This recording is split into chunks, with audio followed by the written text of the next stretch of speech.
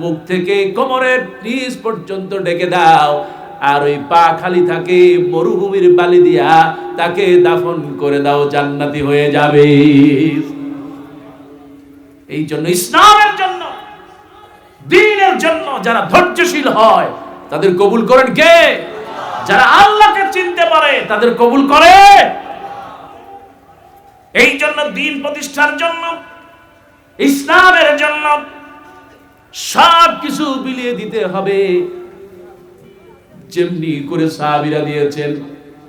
আল্লাহ রাব্বুল আলামিন বলেন, যারা এমনি করে আল্লাহকে চিনতে পেরেছে, সুম্মাস্তাকামু, এর উপর অবিচল ছিল, তাতানাজ্জালু আলাইহিমুল মালায়েকা, আল্লাহ রাব্বুল আলামিন বলেছেন তাদের এই দুনিয়ায় তাদের উপরে ফেরেশতা নাজিল করবেন কে? অনেক সাহাবীর জানাজায় একজন নয়, দুইজন নয়, ৭০,০০০ পর্যন্ত ফেরেশতারা আল্লাহ নাজিল করে দিয়েছে। সুবহানাল্লাহ।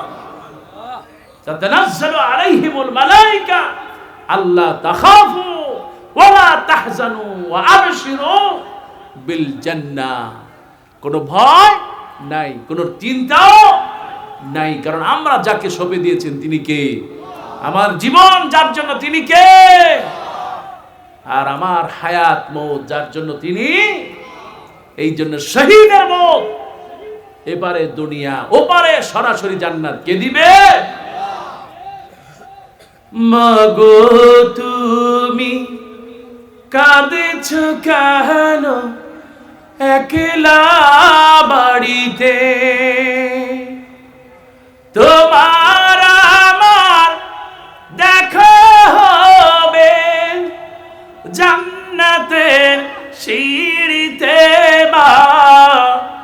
মাগো তুমি কাঁদেছো কেন একলা বাড়িতে? মাগো তুমি কাঁদেছো কেন একলা বাড়িতে? তুমি তো মা শিখিয়েছিলে শহীদিরা মরে না, তাই হয়েছি শহীদ। মাগো অভিমান করো না মা, অভিমান করো না।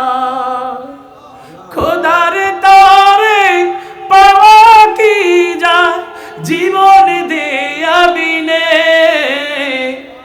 মাগো তুমি কাঁদছো কেন একলা বাড়িতে?